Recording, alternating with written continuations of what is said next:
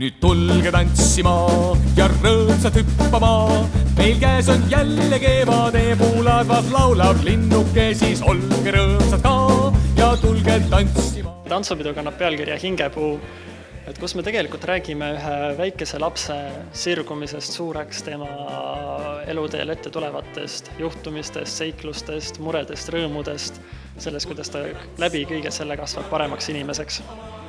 Kõige keerulisemad ülesanded iseenesest on veel ees, aga just seesama eelmine nädal vahetult enne ettetantsimisi, kui kõik maakonnatantsijad tulid oma oskusi näitama, siis see oli selles mõttes hästi pingeline aeg, et selleks ajaks pidid meil olema valmis kõik muusikad, ideed lavastusteks, kõik tantsud, et mida seal õpetada ja kuidas seda kõike läbi viia. See seltskond, kellega me seda koos teeme ja kõik need seiklused ja ettevõtmised ja ideede genereerimised on fantastilised olnud.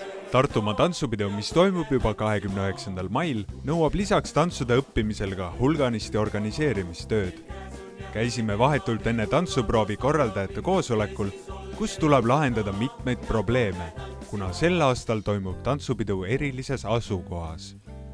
Meil oli vahepeal see traditsioon 13 aastat katkenud. Nüüd tänu Tartumaa Rahvatantsujuhtide Liidule 2013. aastat alates üle paari aasta me siiski ühiselt koos tantsime. See on eriline. Sellist tantsupidu Eestis ei tehta, sellepärast, et tavaliselt tantsitakse staadionitel või lauluväljakutel või tõesti mingisugustel väljakutel, mis on spetsiaalselt väga hästi kohandatud selle jaoks. Meie lihtsalt teeme oma elu raskemaks.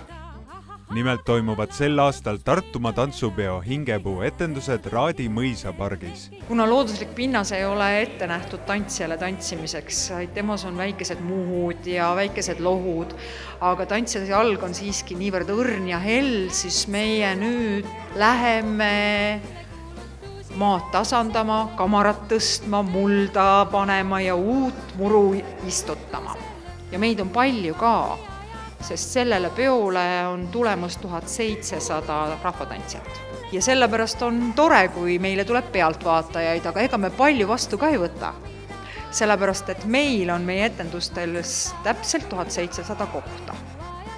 Kõik külalised on väga oodatud.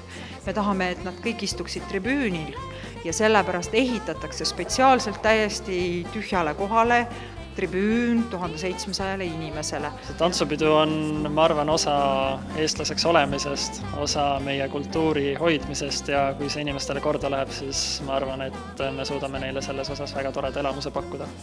Mina olen alati selliste rõõmsate hetkede poolt, et milleks nutta. Kui on vähegi ilus ilm ja peate lugu tantsust, Eesti rahvatantsust, siis ei ole mitte midagi mõelda. Tuleb tulla Raadile 29. mail, kas siis päeval kell 3 või õhtul kell 6, naudingu ühest ilusast peost kindlasti saate.